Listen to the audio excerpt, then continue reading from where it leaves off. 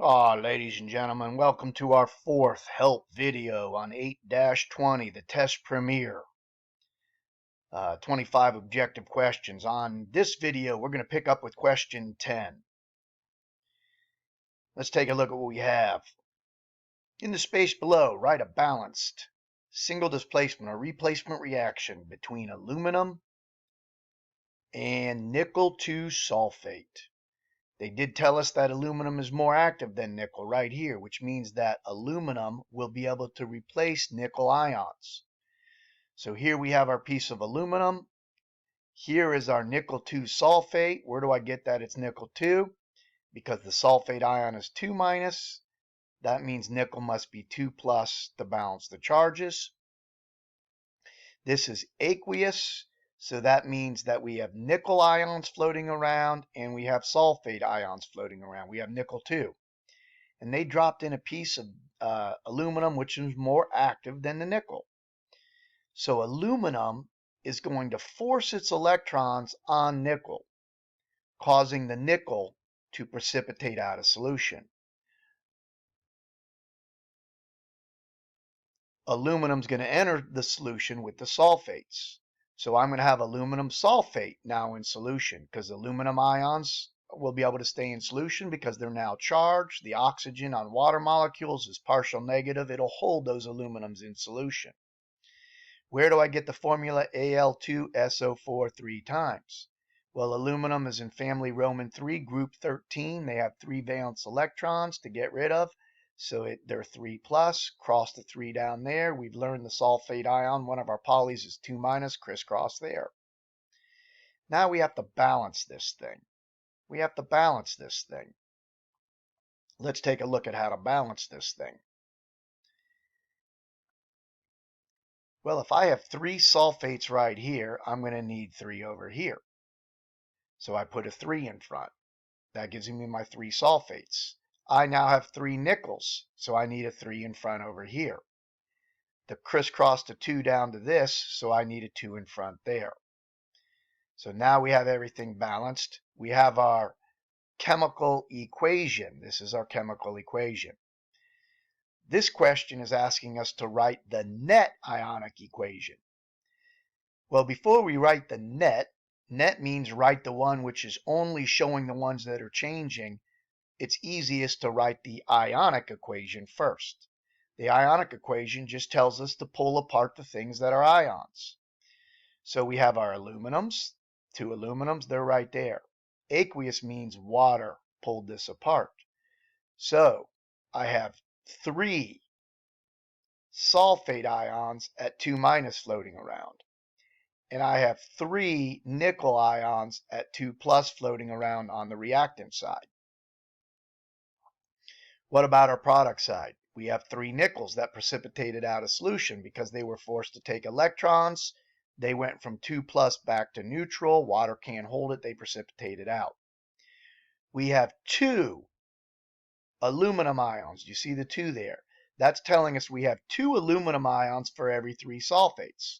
We have 2 aluminum ions at 3 plus for every 3 sulfates.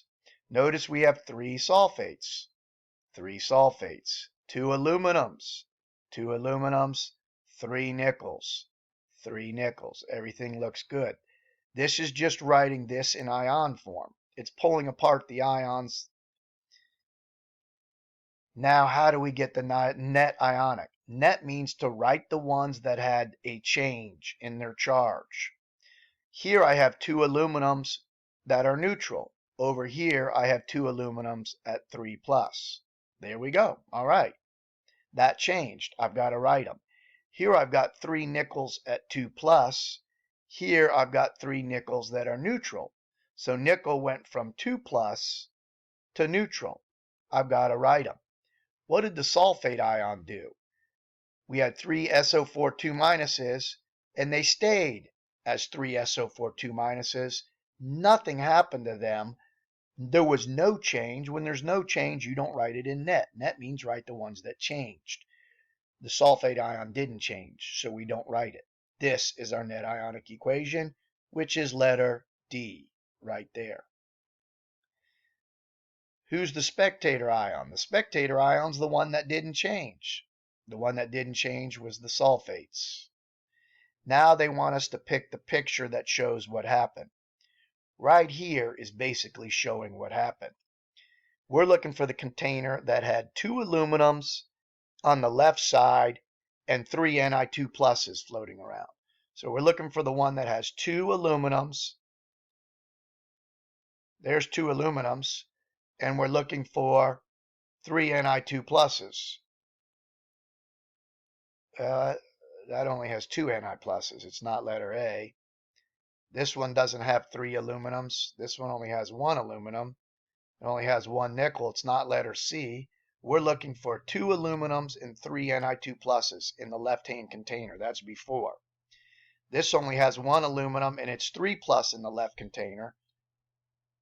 The aluminum is neutral in the left container. The left container is what happened before you reacted. It's not letter D. Now, why is it letter B? Letter B, here's our 2 aluminums with 3 electrons. Here's our 3 nickels that are 2 plus. There they are. Here's our sulfate ions doing nothing. Sulfate ions are doing nothing. So they don't even really have to be in here. I think we need another sulfate ion in there doing nothing. Now what happened? The aluminums must have all forced off their 3 electrons.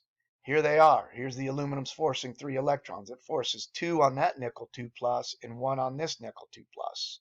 This aluminum forces its 1 on that nickel plus for the second one, and the final 2 go on to that nickel 2 plus. So what happens? The nickels now have 2 electrons they didn't have before. They went from 2 plus, got 2 negatives, back to neutral. They precipitate out of solution, and there's our aluminums. Sulfates are floating around doing nothing. They don't even really need to be there. All right. Number 13, oxidation numbers. We're looking for oxidation numbers, and we're looking for which ones are incorrect. Let's take a look first here at 13A. How do we assign oxidation numbers for chromium in here?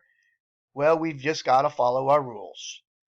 Who gets their oxidation numbers first in potassium dichromate?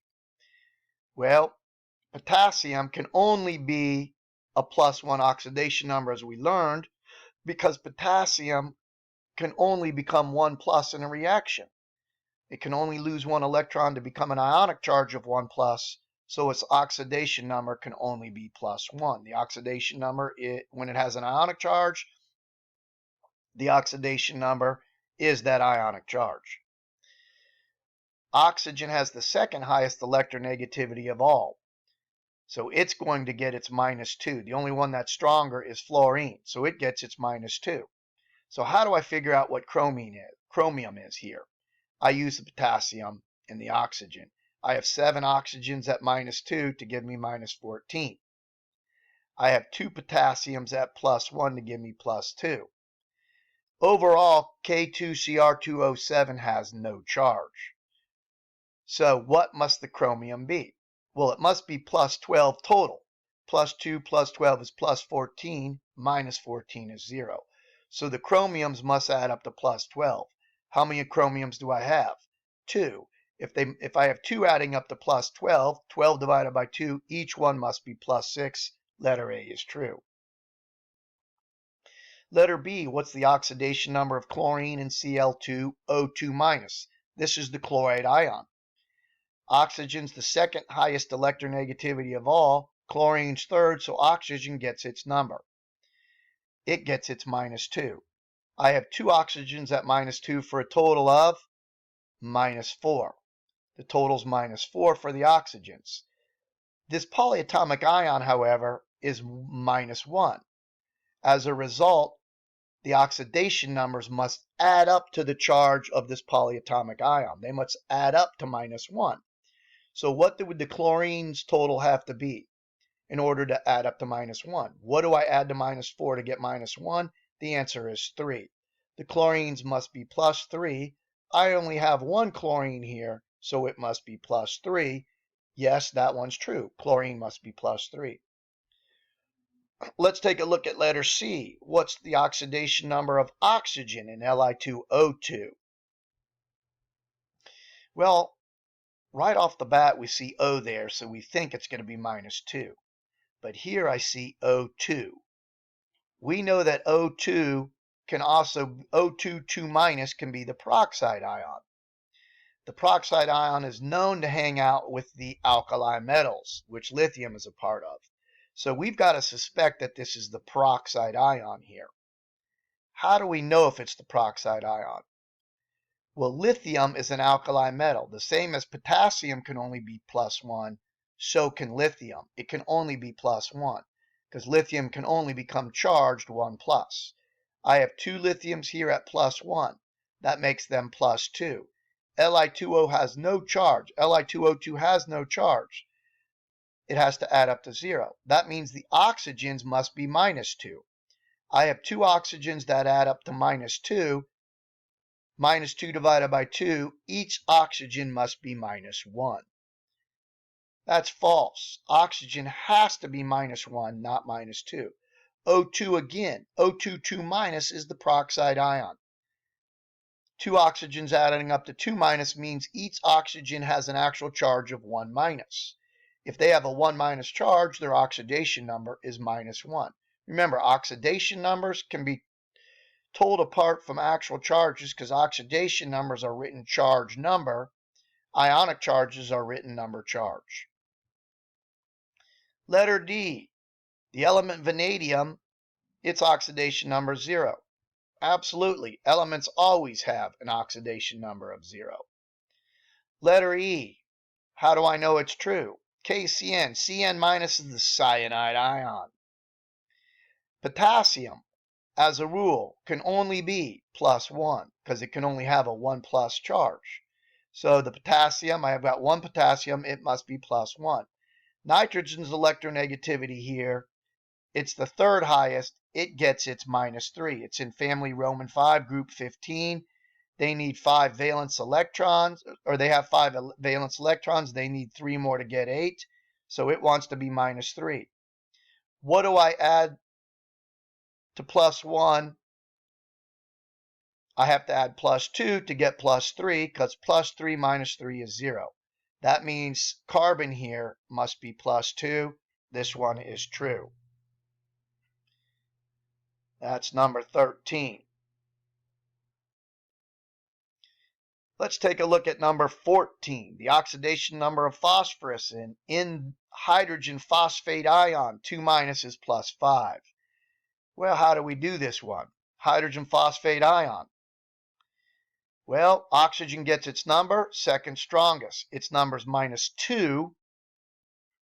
Its number's -2. We've got 4 of them, so they're -8. Hydrogen here is leading off this formula.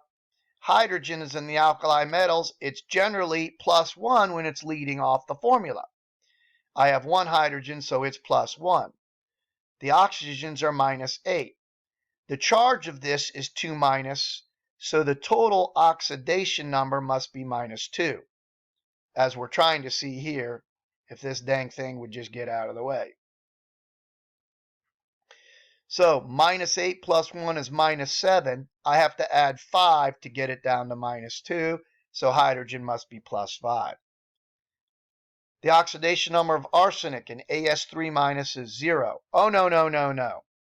The oxidation number must be the charge. So the oxidation number of the arsenic here must be -3, not 0. That's false. Letter C. The oxidation number of oxygen in OF2 is +2. Well, fluorine's electronegativity is 4O. It's the strongest one. It gets its -1. I have 2 fluorines at -1 for a total of -2. That means the oxygens must add up to +2. I have 1 oxygen there that adds up to +2, so the oxygens are +true. Letter C is true. What's the oxidation number of sulfur in S8? Well, this is elemental sulfur. If you remember, sulfur in its element form does come in 8. It has to be 0. And our final one, Let's see if you can do this one on your own.